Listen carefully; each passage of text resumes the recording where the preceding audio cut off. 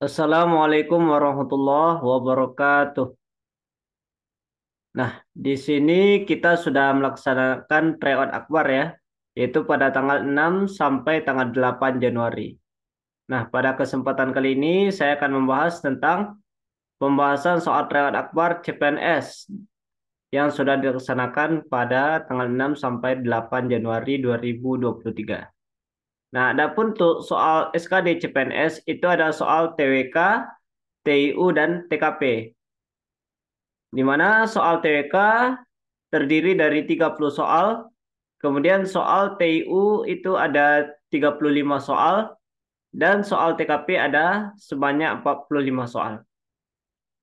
Nah, baik, langsung saja kita bahas ya, soal tryout akbar CPNS. Yang pertama, kita bahas soal TWK ya. Yang pertama, mengembangkan sikap bahwa bangsa Indonesia merupakan bagian dari seluruh umat manusia, merupakan perwujudan Pancasila pada sila. Apakah A. Ketuhanan yang Maha Esa, B. Kemanusiaan yang adil dan beradab, C. Persatuan Indonesia, D. Kerakyatan yang dipimpin oleh hikmat kebijaksanaan dalam permusyawaratan perwakilan, atau E. Keadilan sosial bagi seluruh rakyat Indonesia. Nah, jadi ini soal TWK ya, contoh soal TWK, yaitu yang berkaitan dengan pengamalan Pancasila. Nah, kira-kira pengamalan pada sila keberapa ya? Nah, di sini kita lihat bahwasanya pengamalan Pancasilanya itu ada pada sila kedua, yaitu kemanusiaan yang adil dan beradab.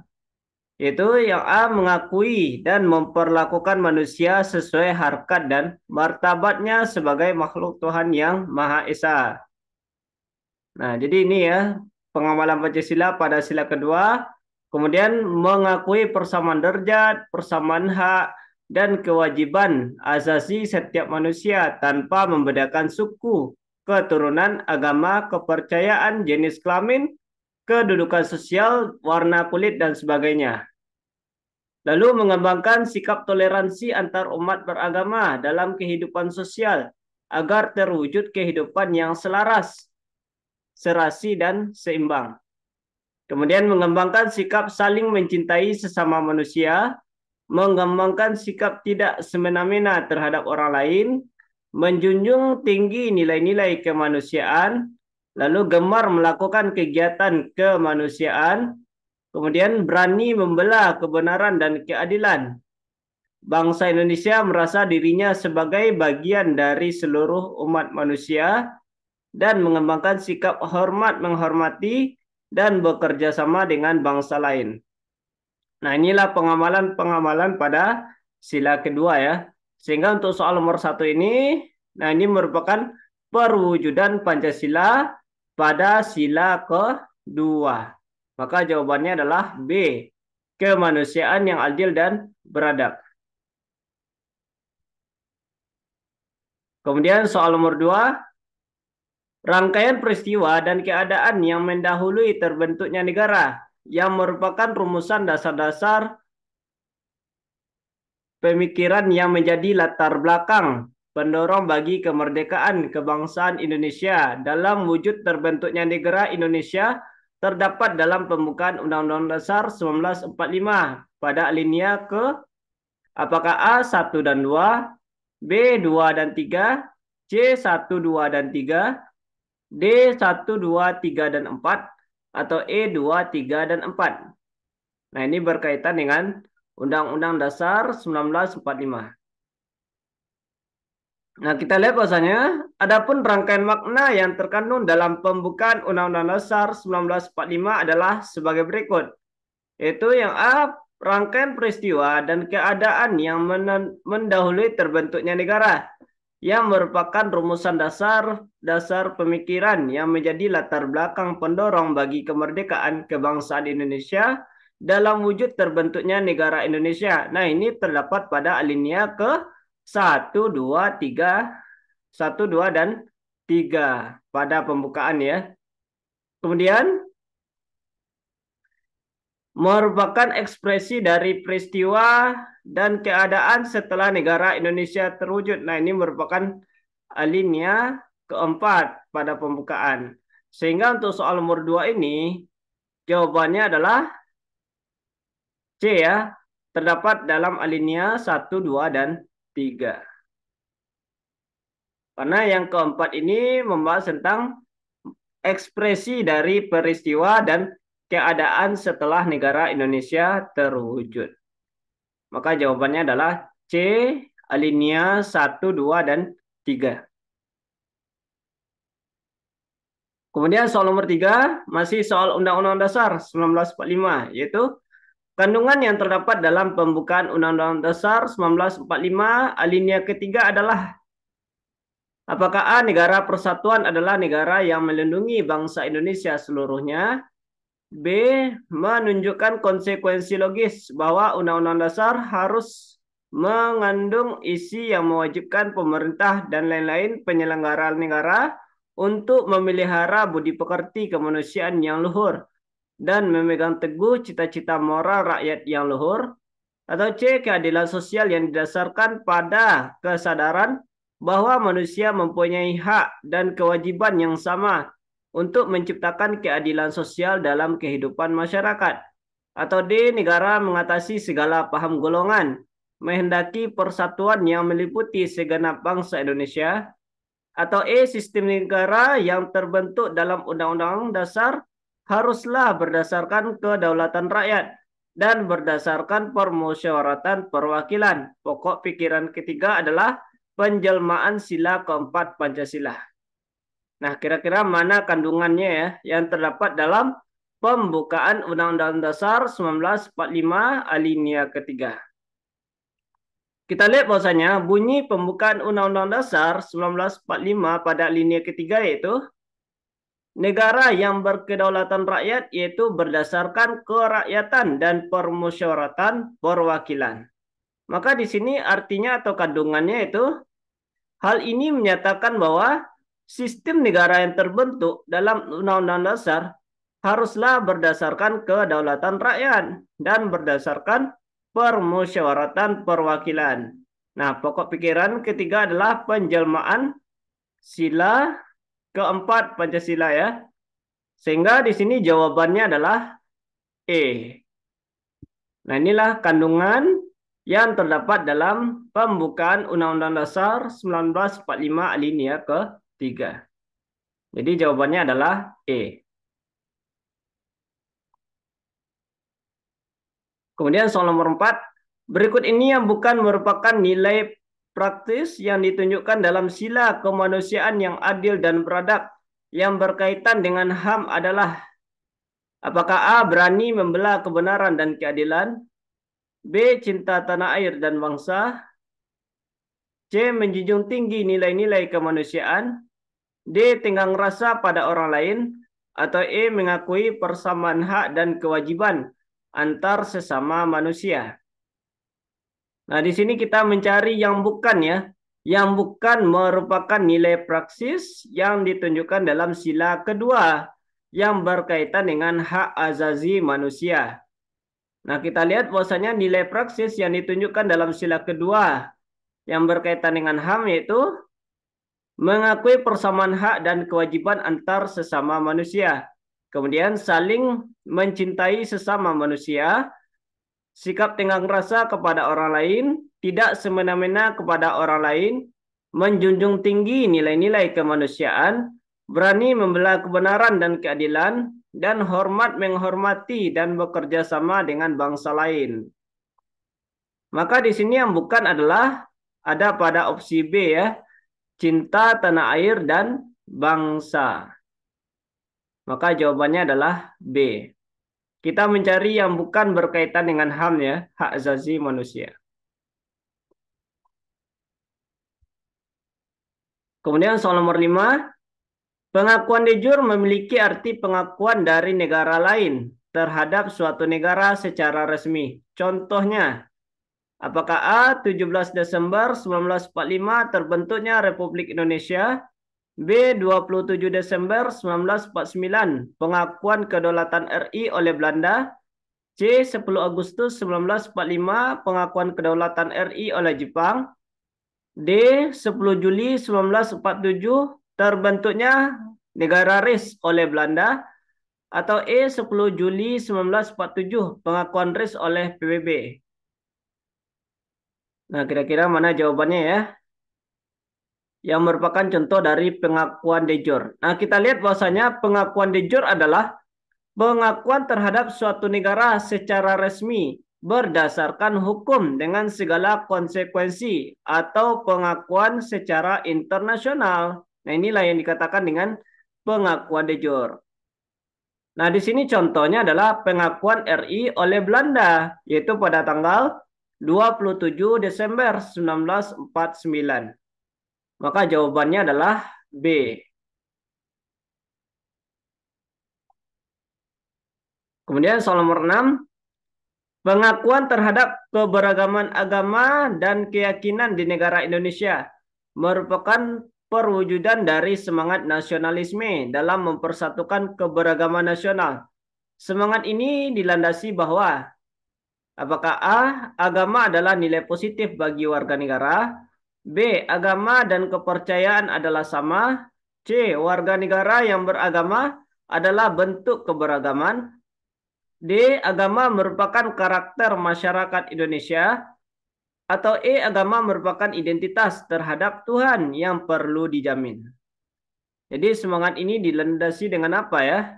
Nah, kita lihat bahwasanya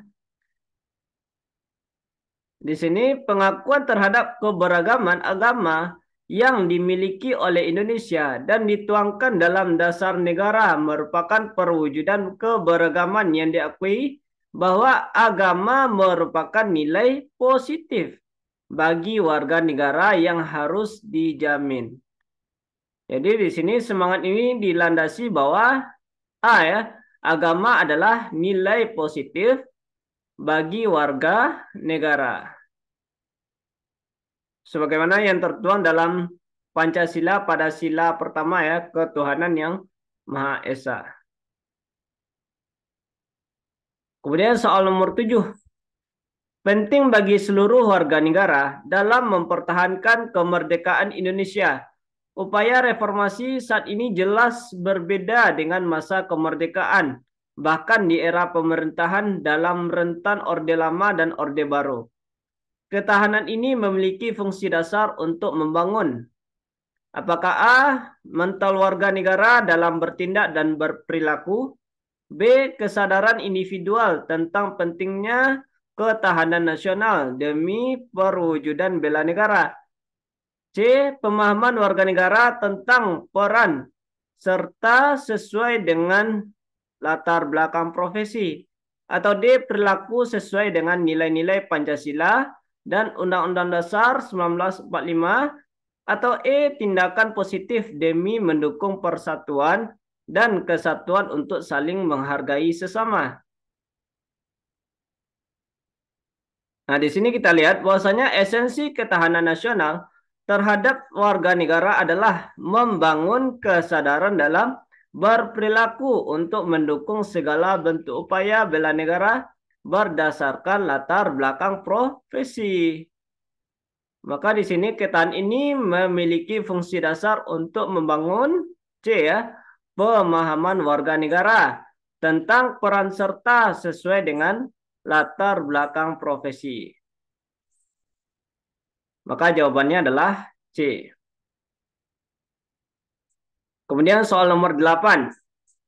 Salah satu nilai yang terkandung dalam sila keempat Pancasila yaitu apakah A. Persatuan dan kesatuan dalam arti ideologis, ekonomi, politik, sosial, budaya, dan keamanan. B. Adanya konsep nilai kemanusiaan yang lengkap, adil, dan bermutu tinggi karena kemampuannya berbudaya. C. Merupakan bentuk keyakinan yang berpangkat dari kesadaran manusia sebagai makhluk Tuhan. Atau D. Keputusan yang diambil harus dapat dipertanggungjawabkan secara moral kepada Tuhan Yang Maha Esa, menjunjung tinggi harkat dan martabat manusia, nilai-nilai kebenaran dan keadilan, mengutamakan persatuan dan kesatuan demi kepentingan bersama. Atau E. Setiap rakyat Indonesia diperlakukan adil dalam semua bidang hukum, ekonomi, sosial, dan kebudayaan. Nah, di sini mana yang merupakan yang terkandung dalam sila keempat Pancasila ya.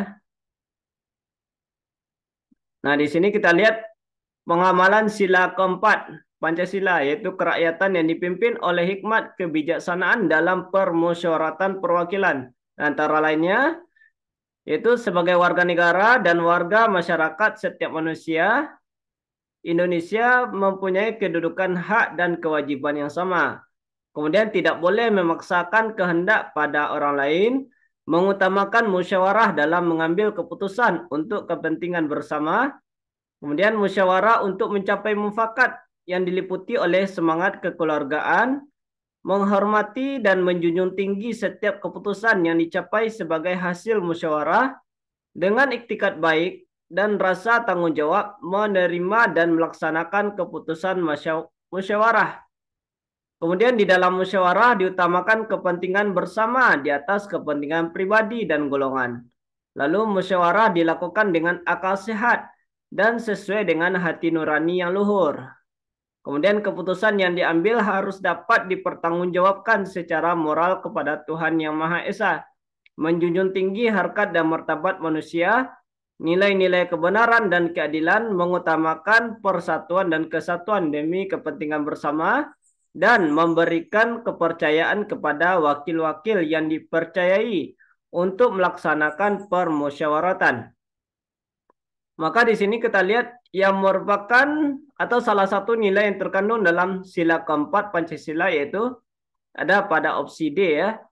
Keputusan yang diambil harus dapat dipertanggungjawabkan secara moral kepada Tuhan Yang Maha Esa, yang menjunjung tinggi harkat dan martabat manusia. Nilai-nilai kebenaran dan keadilan itu mengutamakan persatuan dan kesatuan demi kepentingan bersama. Nah, inilah yang tepat ya, yaitu ada pada jawaban D. Soal nomor 9. Mewujudkan nasionalisme yang tinggi dari segala aspek kehidupan rakyat Indonesia yang mengutamakan kepentingan nasional daripada kepentingan perorangan, kelompok, golongan, suku bangsa, atau daerah merupakan tujuan dari apakah A. Pembangunan nasional, B. Persatuan Indonesia, C. Wawasan kebangsaan, D. Wawasan Nusantara, atau E. Tujuan nasional. Nah, ini merupakan tujuan dari Wawasan Nusantara ya, di mana tujuan Wawasan Nusantara adalah mewujudkan nasionalisme yang tinggi dari segala aspek kehidupan rakyat Indonesia yang mengutamakan kepentingan nasional daripada kepentingan perorangan, kelompok, golongan, suku bangsa, ataupun daerah. Kepentingan tersebut tetap dihargai agar tidak bertentangan dari kepentingan nasional. Maka soal nomor 9 ini merupakan tujuan dari D. Wawasan Nusantara.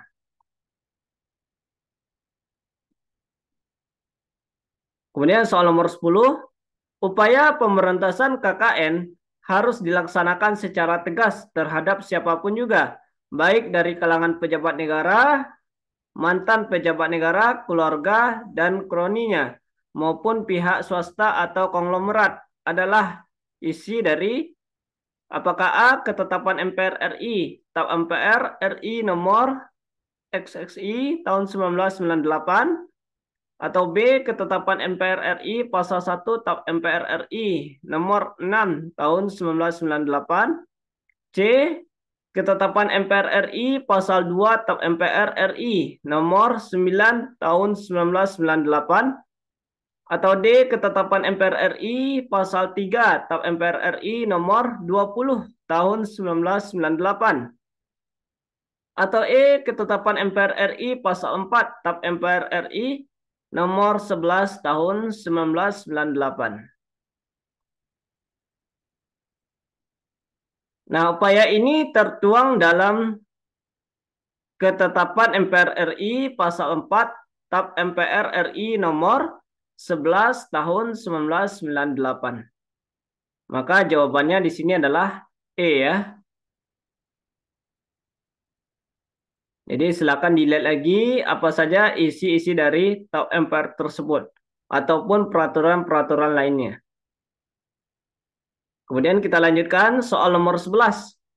Negara dipandang sebagai organisasi yang berhak mengatur tata tertib dalam kehidupan bermasyarakat dan bernegara. Sementara manusia sebagai penghuninya tidak dapat berbuat semaunya sendiri, merupakan pengertian negara sebagai apakah A. Organisasi kekuasaan, B. Organisasi politik, C. Organisasi kesusilaan, D. Organisasi kemanusiaan, atau E. Integrasi antara pemerintah dan rakyat. Nah, ini negara dipandang sebagai organisasi yang berhak mengatur tata tertib dalam kehidupan bermasyarakat dan bernegara. Sementara manusia sebagai penghuninya tidak dapat berbuat semaunya sendiri. Nah, ini merupakan pengertian negara sebagai C. Organisasi kesusilaan. Jadi jawabannya adalah C. Organisasi kesusilaan. Kemudian soal nomor 12. Perilaku demokratis diharapkan tercipta dalam kehidupan bermasyarakat, berbangsa, dan bernegara, seperti dewasa ini. Nah, pengertian sikap demokratis ini secara sederhana adalah apakah A. Menerima dan mengajukan pendapat dengan cara manusiawi, B. Memutuskan hasil rapat berdasarkan kepentingan pribadi, C. Mendengar dan menerima pendapat orang berdasarkan latar belakangnya, D. Mendesak orang lain agar menerima pendapat dan keinginannya, atau E. Menerima pendapat orang lain dengan tanpa pertimbangan. Nah, ini pengertian sikap demokratis secara sederhana adalah A. Menerima dan mengajukan pendapat dengan cara manusiawi. Jadi inilah yang dikatakan dengan sikap demokratis secara sederhana. Kemudian kita lanjutkan. Pengamalan Pancasila, sila kelima sebagai paradigma pembangunan adalah apakah A. Menumbuh kembangkan sistem politik demokrasi Pancasila yang mampu memelihara stabilitas nasional yang dinamis, B. Pengembangan ekonomi dan pemerataan pembangunan serta mengembangkan kesadaran dan tanggung jawab warga negara, C. Upaya mengembangkan pertumbuhan ekonomi dan pemerataan pembangunan dan hasil-hasilnya sehingga tercipta kemakmuran yang berkeadilan bagi rakyat Indonesia, atau D. Peningkatan harkat dan martabat serta kewajiban asasi warga negara dan penghapusan ketidakadilan, atau E. Pembangunan untuk meningkatkan harkat martabat manusia berdasarkan nilai kodrat manusia. Nah, di sini kita lihat pengamalan Pancasila, sila kelima sebagai paradigma pembangunan adalah upaya mengembangkan pertumbuhan ekonomi dan pemerataan pembangunan dan hasil-hasilnya sehingga tercipta kemakmuran yang berkeadilan bagi rakyat Indonesia dalam sistem ekonomi yang disusun sebagai usaha bersama berdasarkan atas azas kekeluargaan. Jadi jawabannya adalah C.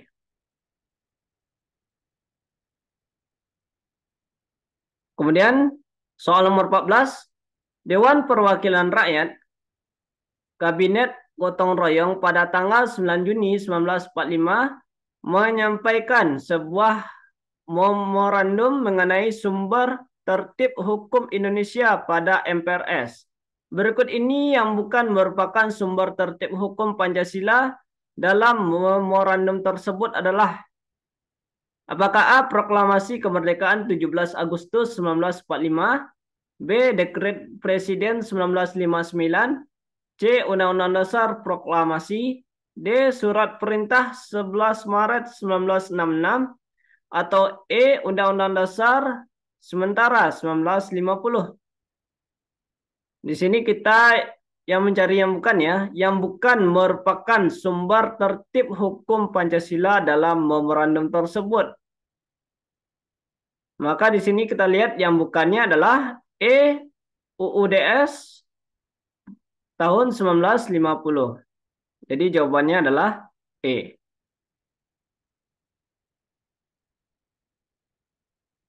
Kemudian soal nomor 15. Salah satu cara mendapatkan status kewarganegaraan di Indonesia adalah dengan cara naturalisasi, yaitu apakah A. Pemberian status kewarganegaraan berdasarkan orang tua, B. Pemberian status kewarganegaraan karena kelahiran, C. Pemberian status kewarganegaraan berbatas waktu, D. Pemberian status kewarganegaraan setelah menetap selama 1 tahun, atau E. Pemberian status kewarganegaraan melalui permohonan dan prosedur yang ditentukan. Nah, di sini naturalisasi ini adalah pemberian status kewarganegaraan melalui permohonan atau prosedur yang telah ditentukan. Maka jawabannya adalah E. Soal nomor 16. Berikut ini yang bukan merupakan bentuk implementasi Bhinneka Tunggal Ika dalam kehidupan sehari-hari adalah: apakah A. Berperilaku secara inklusif dalam kehidupan bermasyarakat, B. Mengakomodasi sifat pluralistik ke dalam kehidupan berbangsa dan bernegara, C. Mengedepankan kepentingan pribadi di atas kepentingan kelompok, D. Memutuskan segala sesuatunya dengan jalan musyawarah mufakat, atau E. Melakukan perbuatan dengan dilandasi rasa kasih sayang dan rela berkorban. Nah, ini sudah jelas ya, yang bukan di sini adalah C. Mengedepankan kepentingan pribadi di atas kepentingan kelompok. Seharusnya adalah mengedepankan kepentingan kelompok di atas kepentingan pribadi. Jadi jawabannya adalah C. Soal nomor 17. Negara Kesatuan Republik Indonesia dibagi atas daerah-daerah provinsi, dan daerah provinsi itu dibagi lagi atas kabupaten dan kota. Yang tiap-tiap provinsi, kabupaten, dan kota itu mempunyai pemerintahan daerah sebagaimana yang diatur dengan undang-undang merupakan isi dari: apakah A. Pasal 12 ayat 2 Undang-Undang Dasar 1945, B. Pasal 14 ayat 1 Undang-Undang Dasar 1945, C. Pasal 16 ayat 2 Undang-Undang Dasar 1945, atau D. Pasal 18 ayat 1 Undang-Undang Dasar 1945, atau E. Pasal 20 ayat 2 Undang-Undang Dasar 1945. Nah, ketentuan ini dijelaskan dalam pasal 18 Undang-Undang Dasar 1945, yaitu pada ayat pertama ya, yang berbunyi sebagai berikut: Negara Kesatuan Republik Indonesia dibagi atas daerah-daerah provinsi, dan daerah provinsi itu dibagi atas kabupaten dan kota. Yang tiap-tiap provinsi, kabupaten, dan kota itu mempunyai pemerintah daerah yang diatur dengan undang-undang. Maka jawabannya adalah D. Pasal 18 ayat 1.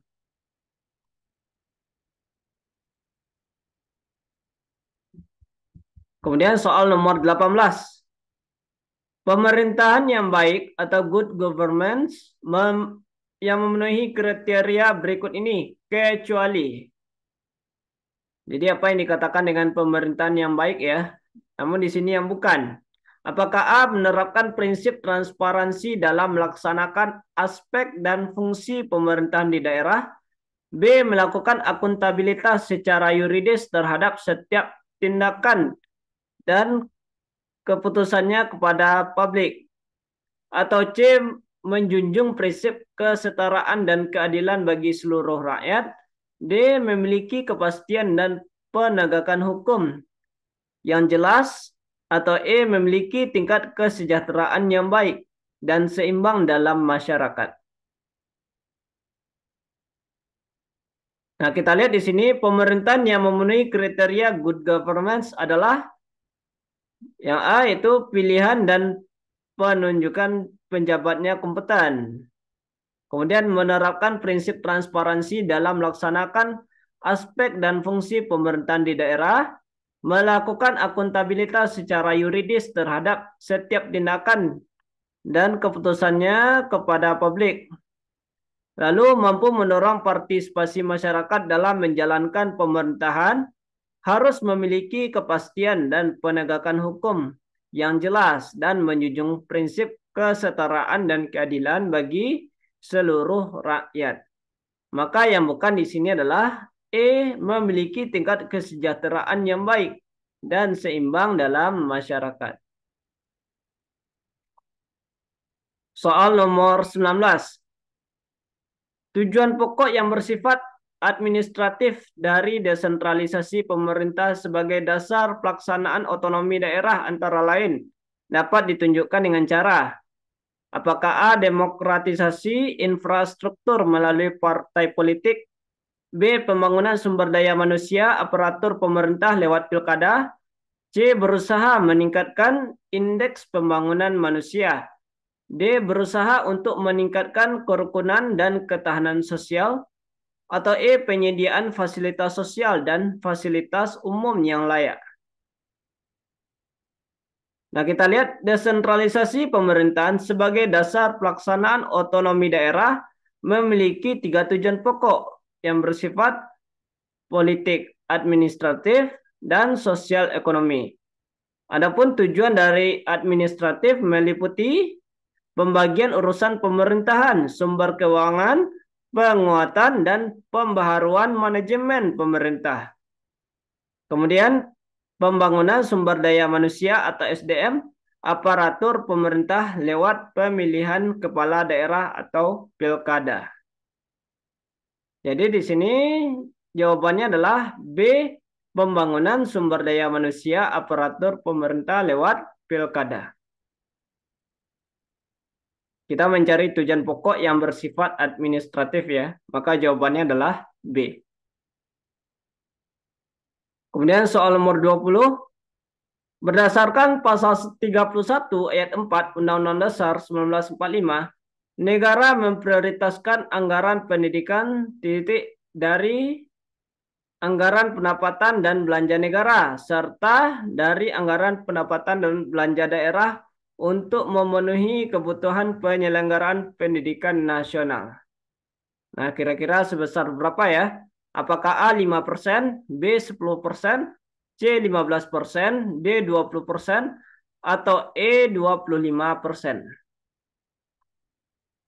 Berdasarkan pasal 31 ayat 4 Undang-Undang Dasar 1945, di sini negara memprioritaskan anggaran pendidikan sekurang-kurangnya 20% dari anggaran pendapatan dan belanja negara, serta dari anggaran pendapatan dan belanja daerah untuk memenuhi kebutuhan penyelenggaraan pendidikan nasional. Maka jawabannya adalah D, yaitu sebesar sekurang-kurangnya 20%. Soal nomor 21.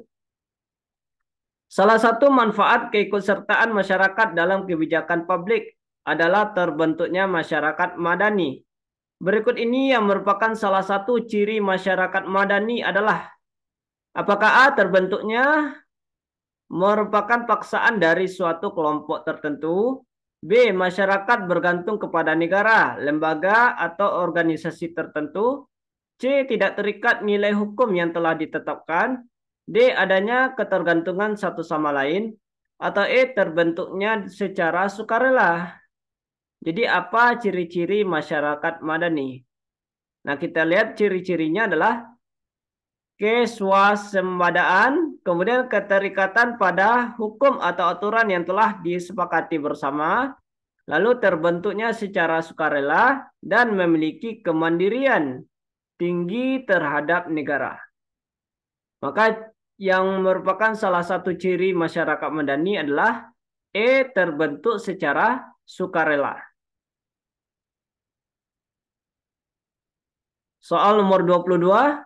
Perwujudan Kepulauan Nusantara sebagai satu kesatuan politik antara lain memiliki makna bahwa: apakah A. Kekuatan ekonomi yang mampu bersaing dalam pasar internasional, B. Seluruh kekayaan Nusantara menjadi modal dan milik bersama bangsa Indonesia, C. Masyarakat Indonesia adalah satu peri kehidupan bangsa, atau D. Serangan terhadap satu daerah merupakan ancaman bagi daerah lainnya.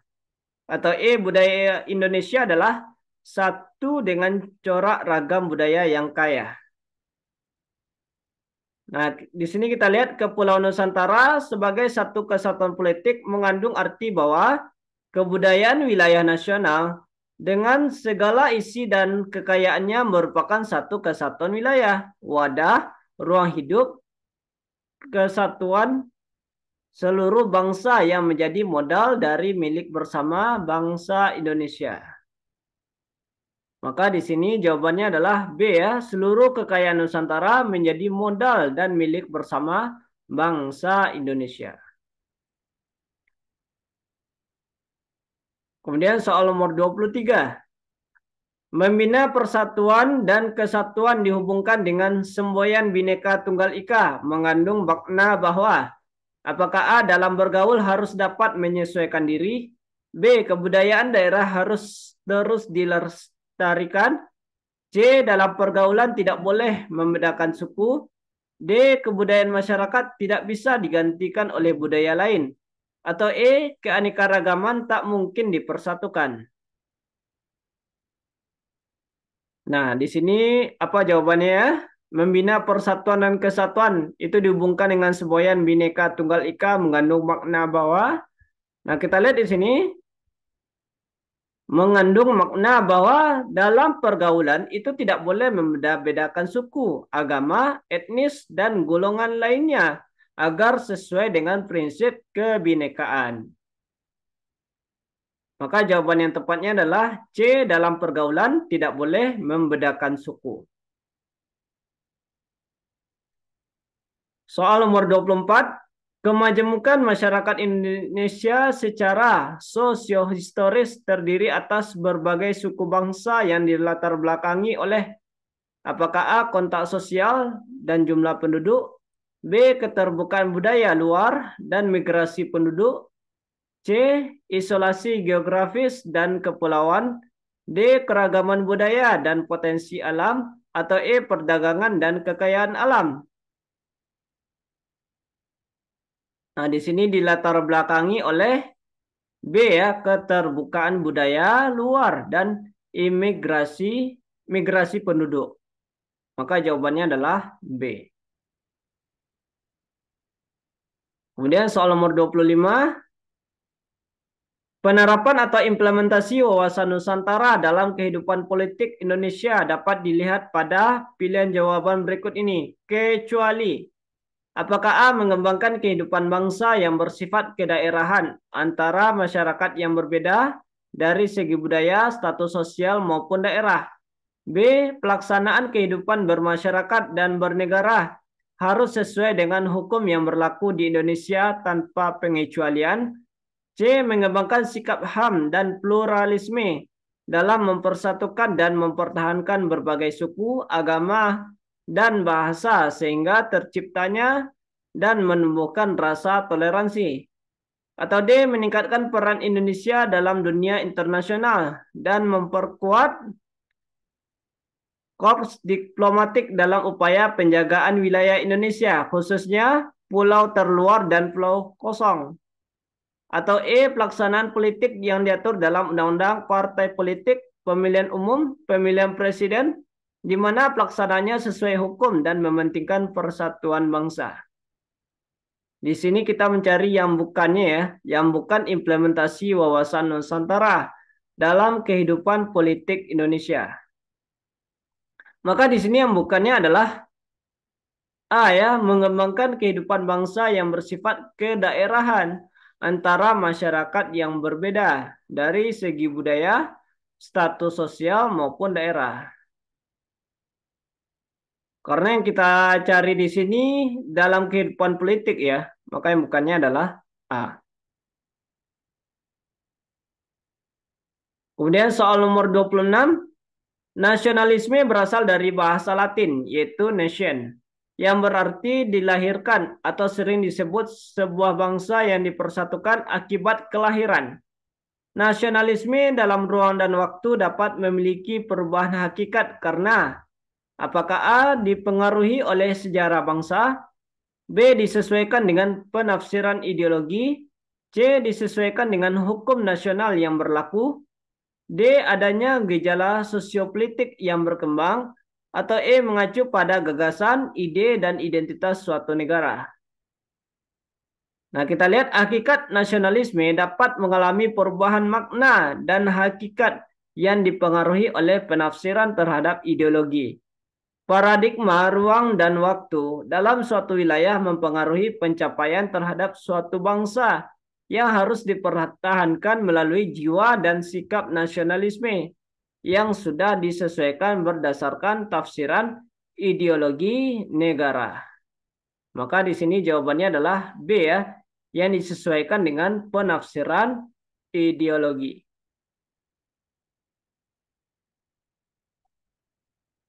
Soal nomor 27, kasus yang menimpa seseorang ketika memiliki status kewarganegaraan ganda atau bipatride terjadi ketika apakah A berasal dari negara yang menganut ius soli dan melahirkan di negara yang menganut ius sanguinis? B. Berasal dari negara yang menganut ius sanguinis dan melahirkan di negara yang menganut ius soli. C. Lahir di negara yang menganut ius sanguinis, bertempat tinggal, dan melahirkan di negara yang menganut ius sanguinis. Atau D. Lahir di negara yang menganut ius soli dan bertempat tinggal, dan melahirkan di negara yang menganut ius soli.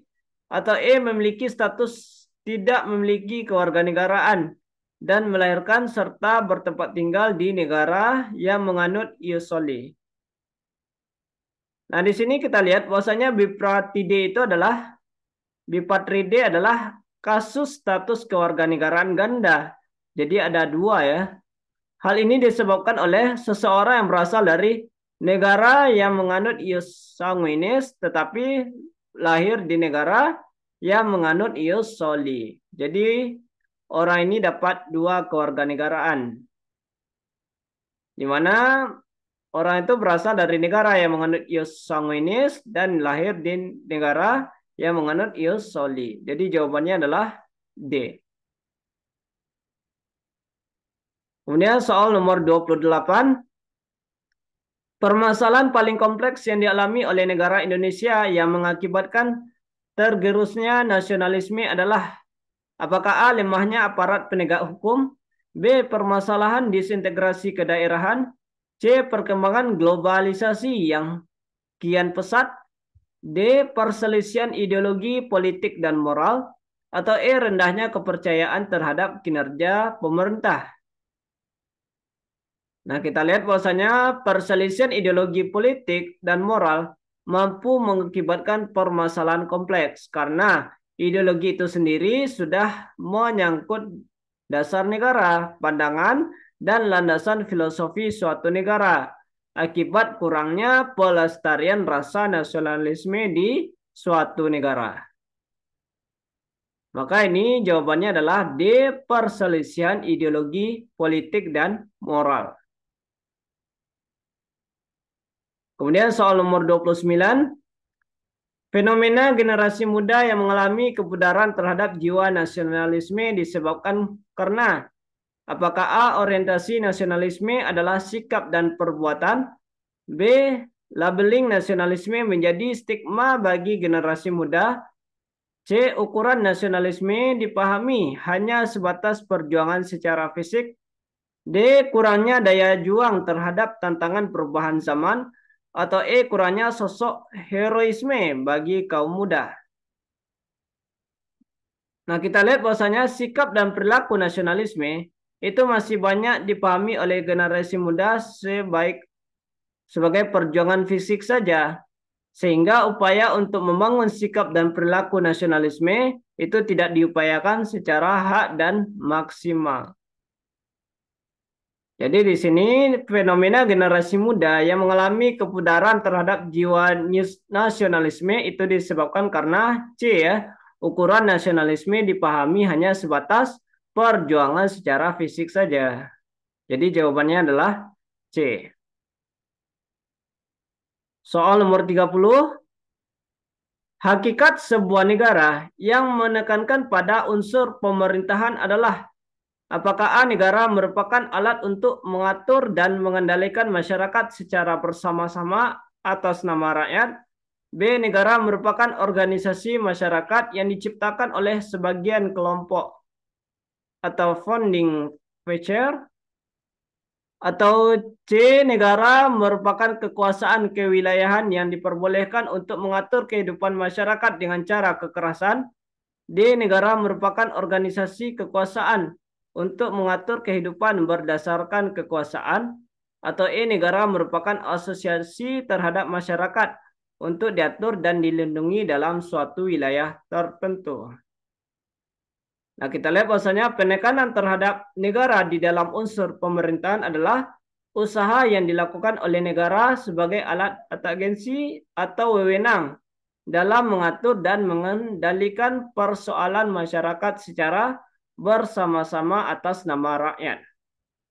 Maka di sini hakikat sebuah negara yang menekankan pada unsur pemerintahan adalah A ya, negara merupakan alat untuk mengatur dan mengendalikan masyarakat secara bersama-sama atas nama rakyat. Ya, inilah pembahasan soal tryout CPNS ya bagian TWK. Selanjutnya akan kita bahas soal TIU dan TKP-nya.